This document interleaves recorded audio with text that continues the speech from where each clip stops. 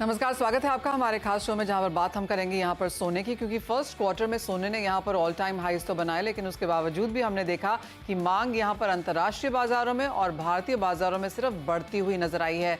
क्या है इसके मायने, कैसे लोगों ने सोना खरीदा है, कितना खरीदा है, बैंक्स ने यहाँ पर कितना इंटरेस्ट दिखाया है, इस सब पर डिटेल में बात करेंगे। हमारे साथ एक एक्सक्लूसिव कॉन्वर्सेशन में जुड़ रहे हैं वर्ल्ड गोल्ड काउंसिल के CEO इंडिया सचिन जैन। सचिन नमस्कार, शुक्रिया हमारे लिए आज समय निकालने के लिए। कंग्रेचुलेशंस वर्ल्ड गोल्ड काउंसिल में ज्वाइन भी होने के लिए। सबसे पहले आपसे यही जानना चाहेंगे कि even as all time highs थे, लेकिन हमने अच्छी खासी बढ़त अंतर्राष्ट्रीय बाजारों में देखी। इवन 7-8% की तेजी यहाँ पर मांग में भारतीय बाजारों में आते हुए देखी। कैसे देखते हैं इसके डिटेल्स? तो जैसे आपने बताया कि ग्लोबली हमारा करीब 3% अप रहा है, जो करीब 1238 टन का कंजम्पशन इस क्वार्टर में रहा है। और अगर आप कंपेयर करें तो इतना स्ट्रॉन्ग क्वार्टर हमारा 2016 में रहा था। So that is it's been very very strong since then. और अगर कुछ इसमें आप उसके पिलर्स देखें या जरिए देखें किस तरह से रहा है, तो एक तो OTC मार्केट इन्वेस्टमेंट का काफी स्ट्रॉन्ग रहा है। मैं आपको अभी उसमें आंकड़े दूंगा। सेंट्रल बैंक बाइंग बहुत स्ट्रॉन्ग रही है। और इवन इतनी हाई लेवल की जो वैल्यू गोल्ड की थी, उसमें ज्वेलरी मार्केट भी करीब सिर्फ 2% नीचे जा पाया, तो काफी स्थिर रहा है। तो ये ओवरऑल रहा है। इसके अलावा एक जो चीज हमने देखी है वो टेक्नोलॉजिकल जो कंजम्पशन गोल्ड का होता है टेक्नोलॉजी प्रोडक्ट्स को लेके, क्योंकि अभी नए माइक्रोचिप्स आए हैं जो चाहे AI लेड, उसमें गोल्ड एप्लीकेशन काफी ज्यादा है और करीब 10% हमने बढ़ोतरी उसमें देखी है। तो ग्लोबली ये सब एक ब्रॉड चीज रही है। और एक ट्रेंड हमने वेस्टर्न और ईस्टर्न मार्केट के प्रति देखा कुछ समय पहले, अगर आप देखें तो जब भी रैली ऊपर की तरफ होती थी तो वेस्टर्न मार्केट इन्वेस्ट करते थे। अगर ईस्टर्न मार्केट देखें, इंडिया में हुआ, चाइना में हुआ, जब प्राइसेस थोड़े नीचे होते थे या ऊपर नीचे नीचे की तरफ जाते थे तो इन्वेस्टमेंट बढ़ती थी या खरीदारी बढ़ती थी। फॉर द फर्स्ट टाइम इस क्वार्टर में हमने ऐसा नोटिस किया है कि ये जो एक ट्रेंड है रिवर्स हुआ है। As the price was going up, तो जो ETFs हैं जो वेस्टर्न मार्केट्स के, उन्होंने इनकैश किया है। और हमारी तरफ जो ईस्टर्न वर्ल्ड में है, ये as the price is gone up, the investment और इस पे एक सर्जेंसी आई है। तो ये ब्रॉड चेंज हमने देखा। अब थोड़ा सा इंडिया के बारे में बात करते हैं। तो इंडिया में हमारा जो पहला क्वार्टर रहा है, ये करीब 136 टन की हमने कंजम्पशन करी है, जो करीब 8% ज्यादा रहा है सेम क्वार्टर लास्ट ईयर से, जो उस समय करीब आप समझिए कि करीब 126 टन के करीब था।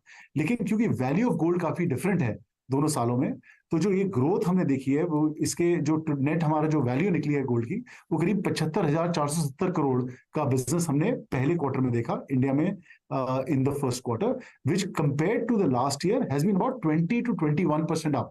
सो वैल्यू वाइज काफी हमने ज्यादा बढ़ोतरी देखी।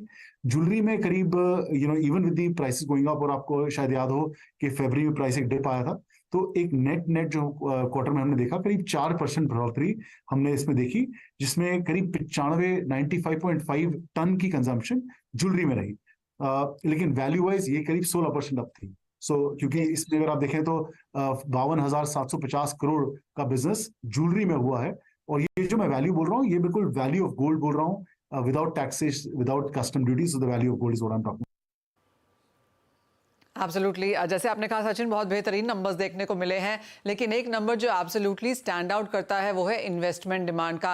इवन एज सोने में हमने ऑल टाइम हाईज यहाँ पर बनते हुए देखे और पिछले साल के मुकाबले तो बहुत ज़्यादा तेज़ी आते हुए देखी। उसके बावजूद भी इन्वेस्टमेंट डिमांड भारतीय बाजारों में 19% तक चढ़ी है। एंड क्लियरली जिस तरह से भाव बढ़े हैं, लोगों ने तो लिया ही है, लेकिन काफ़ी सारे फाइनेंशियल एडवाइजर्स, पोर्टफोलियो एडवाइजर्स ने भी कहा है कि अब सोना आपके पोर्टफोलियो में होना ही चाहिए। जिस तरह का सेफ हेवन बैकिंग वो इसको यहां पर देता है।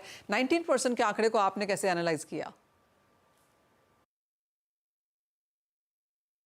नहीं, बिल्कुल। और मनीषा, आपने बहुत अच्छा बोला कि और जबकि आपने बोला कि investment of bars and gold coin, दो अगर देखें, bars and gold coin itself करीब 19% वेट में बढ़ोतरी रही है।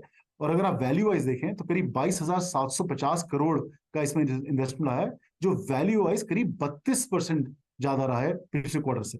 तो आप देखें value wise the investment in bars and gold coins has been very strong, और इसके काफी जरिए रहे हैं। आपने मेंशन किया ETF में भी हमने करीब जो AUM रहा है उसको हमने बढ़ोतरी देखा है ऑलमोस्ट 4 टन से। तो it is overall a very robust time. And why is that? अगर आप पूछे क्यों ऐसा, तो जो स्तंभ है, जो एक एनवायरनमेंट है जिससे गोल्ड के प्राइस का असेसमेंट होता है, इज बीइंग वेरी स्ट्रांग। अगर आप रिटर्न देखें गोल्ड का ईयर ऑन ईयर, और पिछले 3 से 4 हफ्ते को हटा दें एक बार को, तो अगर आप ईयर ऑन ईयर ग्रोथ भी देखें, that is been very consistent and strong. अगर आप देखें कि जियो पॉलिटिकल सिचुएशन है, उस पर भी काफी इंपैक्ट आ रहा है, और एक एक central bank buying has been very consistent. अगर आप हिंदुस्तान के रिजर्व बैंक ऑफ इंडिया का देखें, तो पिछले पूरे 2023 पूरे साल में करीब 16 टन की बाइंग थी, और Q1 इटसेल्फ में आरबीआई की बाइंग 19 टन से ऊपर हो चुकी है। और जैसे आरबीआई गवर्नर ने अनाउंस भी किया था कि उनकी एक कंटिन्यूस बाइंग रहेगी इस दिशा में।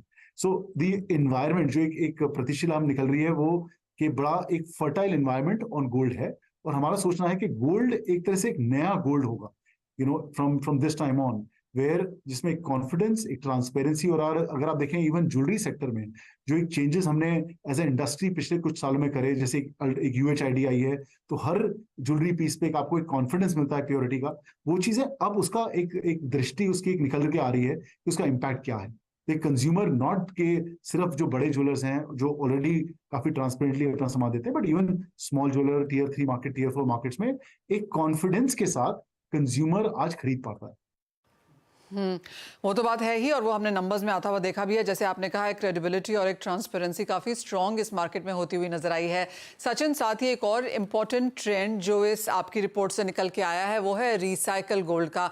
इवन एज सोने के भाव ऑल टाइम हाईज पे गए, और ये बाजार हमें काफ़ी हद तक कहता भी रहा कि बहुत ज़्यादा लोग सोना बेचने बाजार में नहीं आ रहे हैं, यानी कि बहुत सारे कंज्यूमर्स ने सोना एनकैश नहीं किया, जो कि पिछले कई सालों का ट्रेंड रहा है बाय द वे, कि सोना जब बहुत ज़्यादा ऊपर चढ़ा या ऑल टाइम हाई छुआ तो लोग लेके आते थे अपना सोना और उसका वो कैश घर पे लेके जाते थे।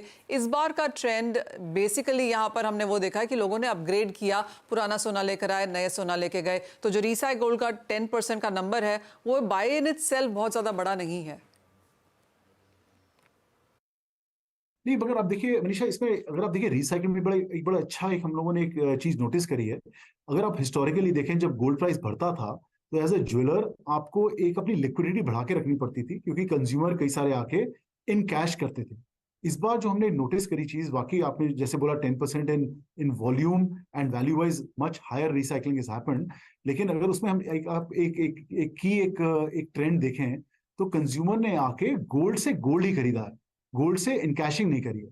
So the belief on the category, जो हमारे एक कॉन्फिडेंस है गोल्ड पे, वो अभी भी बहुत स्ट्रांग है। और particularly rural India, which is tier 4, tier 5, tier 6 markets में, ये हमने एक ट्रेंड देखा है कि बहुत रिसाइकलिंग हुई, लेकिन recycling gold to gold.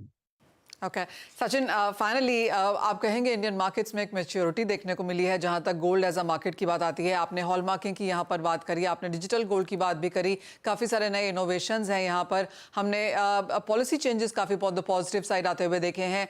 IPOs jewellery market में से काफ़ी सारे निकल के आए हैं और बहुत सारे आगे पाइपलाइन में भी हैं। तो किस तरह का काम यहाँ पर अभी तक हुआ है, और आप कहेंगे किस तरह के पुश की ज़रूरत है?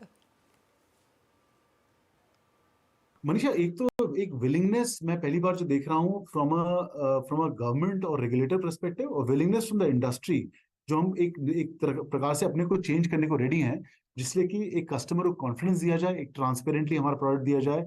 एक बहुत अच्छे स्तर पर चल रही है ये बातचीत। तो एक रिटेलर हुए जो ट्रांसपेरेंटली माल बेचना चाहते हैं, या फिर जो ईटीएफ प्रोवाइडर्स हैं, जो फाइनेंशियल इंस्ट्रूमेंट्स हैं, उनमें भी अगर आप देखेंगे अभी आने वाले समय में बहुत अच्छे ऐसे प्रोडक्ट्स आएंगे, जिससे एक यंगर ऑडियंस हमारी कैटेगरी को कंसिडर करेगी। लाइक आपकी आज की डेट में इट विल नॉट, ऐसा नहीं है कि सिर्फ आप एक ट्रेडिशनल माइंडसेट से ही गोल्ड में लगाएंगे। एज ए यंग माइंडसेट आप देखेंगे कि जो अभी प्रोडक्ट्स में वर्क चल रहा है, उससे काफी अच्छा एक प्रोग्रेस आना चाहिए। लेकिन एक ग्रोथ जो मैं देख रहा हूँ एक फाइनेंशियल सेक्टर एरिया में, ग्रोथ ऑन ऑन मानिए आपके डाइवर्सिफिकेशन ऑफ योर पोर्टफोलियो कहिए, या एक कॉन्फिडेंस गोल्ड को लेके कहिए, काफी स्ट्रॉन्ग इज व्हाट वी जो आगे वाले महीनों में और आगे वाले साल में हम लोग देख रहे हैं। और रेगुलेटर में, गवर्नमेंट में, जो फाइनेंशियल इंस्टीट्यूशन है, बहुत एक विलिंगनेस है इस एरिया को एस्टैब्लिश करने की, और आप काफी इसमें एक रिजल्ट्स और एक ऑप्शंस और अपॉर्चुनिटी देखेंगे। एब्सोल्युटली, बहुत शुक्रिया सचिन आज हमारे साथ जुड़ने के लिए और उन तमाम इंपॉर्टेंट थीम्स पर बात भी करने के लिए। तो क्लियरली फर्स्ट क्वार्टर के जो वर्ल्ड गोल्ड काउंसिल के नंबर्स आए हैं, सचिन ने उस पर बात की ही है। काफ़ी इंटरेस्टिंग भी रहे हैं क्योंकि इन्वेस्टमेंट डिमांड यहाँ पर आई है, एंड इवन एज भाव इतने वॉलेटाइल थे, रिकॉर्ड हाइज पे थे, उसके बावजूद भी इन्वेस्टमेंट अच्छी खासी है, ज्वेलरी में भी बाइंग है, और इसके अलावा रिसाइकलिंग या स्क्रैप गोल्ड यहाँ पर बहुत ज़्यादा होता हुआ नजर नहीं आया। तो काफ़ी लेवल्स पे यहाँ पर एक पॉजिटिविटी देखने को मिली और एक ट्रांसपेरेंसी है, हॉलमार्किंग हमने होती हुई नजर आई है, काफ़ी सारी चीज़ों के फैक्टर्स फैक्टर्स यहाँ पर इम्पैक्ट किए हैं। ये तो बात हुई अब तक सोने ने फर्स्ट क्वार्टर में क्या किया है, लेकिन काफी इंटरेस्टिंग होगा ये जानना कि यहाँ से अब सोने के फंडामेंटल्स कैसे रह सकते हैं। अक्षय तृतीया में आप कैसे लें, क्या इम्पैक्ट करेगा जियोपॉलिटिक्स, इंटरेस्ट रेट्स, तो काफी सारे सवाल हैं जो सोने के सामने यहाँ पर खड़े हैं। इन सबको पूछेंगे हम। हमारे साथ पेस ग्रुप के को founder and chief global strategist Amit Goyal जुड़ रहे हैं। अमित नमस्कार। गोल्ड एक काफी